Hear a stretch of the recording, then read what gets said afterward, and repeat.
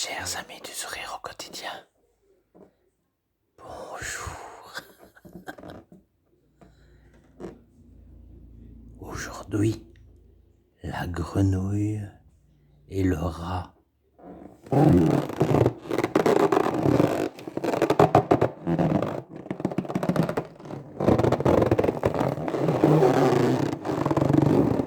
C'est le ventre de la grenouille que je caresse. La grenouille et le rat de Jean de La Fontaine. Tel comme dit Merlin, quid engaigner autrui, qui souvent s'engagne soi-même. J'ai regret que ce mot soit trop vieux aujourd'hui.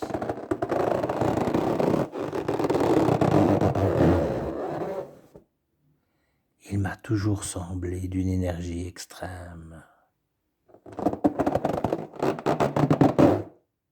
Mais enfin, d'en venir au dessin que j'ai pris.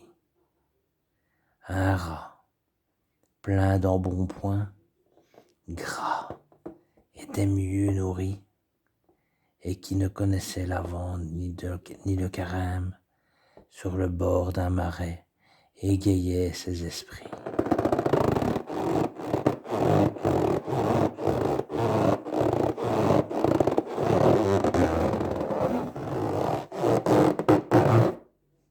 Une grenouille approche et lui dit en sa langue: venez me voir chez moi, je vous ferai festin. Mais si rat promit soudain, il n'était pas besoin de plus longue harangue. Elle allégua pourtant les délices du bain, la curiosité, le plaisir du voyage, sans rareté à voir le long du marécage. Un jour, il conterait à ses petits-enfants les beautés de ces lieux, les mœurs des habitants et le gouvernement de la chose publique aquatique.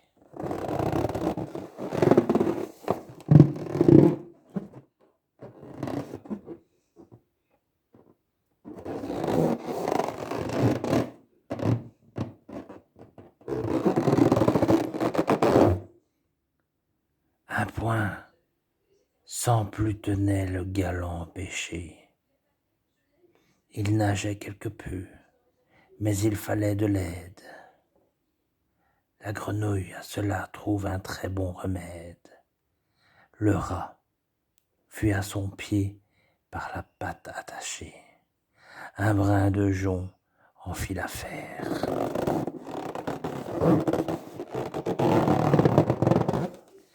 Dans le marais, entrait notre bonne commerce, s'efforce de tirer son hôte au fond de l'eau.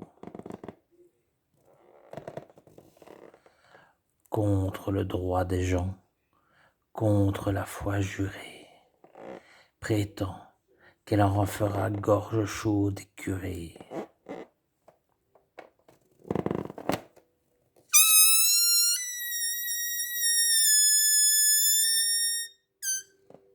Déjà, dans son esprit, la galante le croque, il atteste les dieux, la perfide s'en moque, il résiste, elle tire. En ce combat nouveau, un Milan qui dans l'air planait faisait la ronde, voit d'en haut le pauvre se débattant sur l'onde.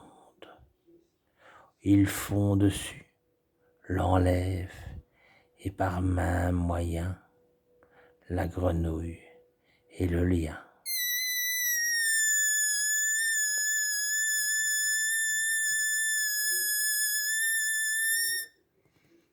Tout en fut, tant et si bien, que de cette double proie, l'oiseau se donne au cœur joie, ayant de cette façon à souper chair et poisson.